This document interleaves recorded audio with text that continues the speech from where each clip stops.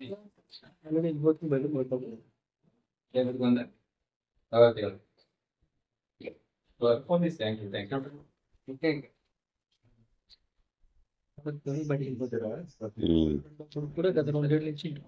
నమస్కారం. ఈ నెల 10/7/2025 తారీఖు నాడు మన Kaldin police station Kaikaluru rural circle పరిధిలో కల్దిన్ పోలీస్ స్టేషన్ కట్టావారిపాలెం ఈ జరిగినటువంటి ఈ మర్డర్ కేసులో ఈరోజు ఈ ముద్దాయిని అరెస్ట్ చేయడం జరిగింది.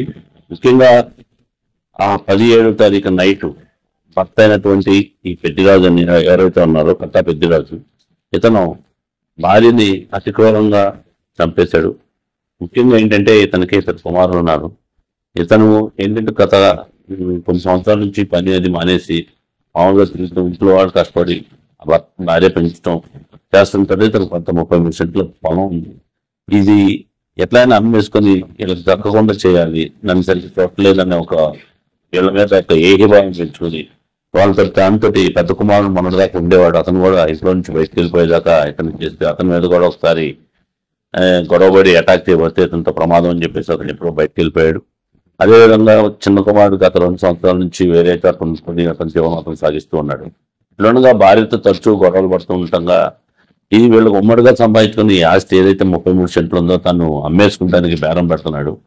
భార్య వద్దు, పిల్లలు ఉన్నారు, దీన్ని అమ్ముకోకూడదు, మనం ఉన్నదాన్ని వ్యవసాయం చేసుకుని తిందామని అంటే కూడా కుదరకుండా ఏమితో తరచూ ఆడుతుంటే దీన్ని అమ్మేదానికి అడ్డం వస్తుందని మనసులో కక్ష పెంచుకొని ఇతను 9/7/2025 నాడు ముందే బాగా గొడవ పడతాడు.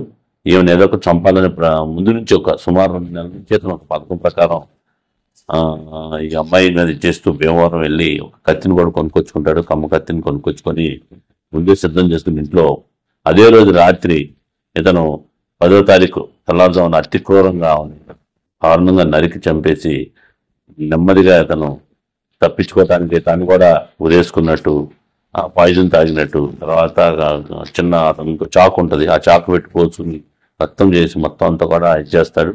తదుపరి ఇతన్ని వెంటనే పొద్దున్నే ఉదయం అదే సమయానికి తండ్రి కూడా ఇంట్లో ఉండేవాడు. గతంలో అతను కూడా బయట కూతురు దగ్గర ఉన్నాడు. ఈ అవకాశం తీసుకుని చేయడంతో ఇతన్ని ఇమీడియట్గా రెస్క్యూ చేసి తన హాస్పిటల్ పంపడం జరిగింది. మృతురాలు చేయటం, మృతురాలు యొక్క కుమారుడు ఇచ్చిన ఫిర్యాదు మీద కేసు దర్యాప్తు చేసి దర్యాప్తులో భాగంగా ఈ రోజు నాడు అతను కూడా హాస్పిటల్ నుంచి డిశ్చార్జ్ చేయడం జరిగింది.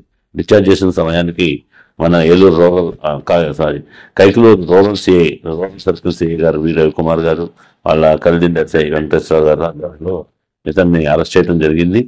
కాబట్టి ఇతను ఒక పథకం ప్రకారం తనకున్న ఆస్తి అడ్డుపడుతుందని చెప్పేసి ఆమెను చంపి మళ్ళీ ఏమీ ఎరగనట్టుగా తను కూడా గాయాలు పరుచుకొని ఒక రకమైనటువంటి చేశాడు. కాబట్టి ఈ రోజు నాడు ఈ క్రూరమైన మర్డర్ కేసులో మేము అతను అరెస్ట్ చేయడం జరిగింది.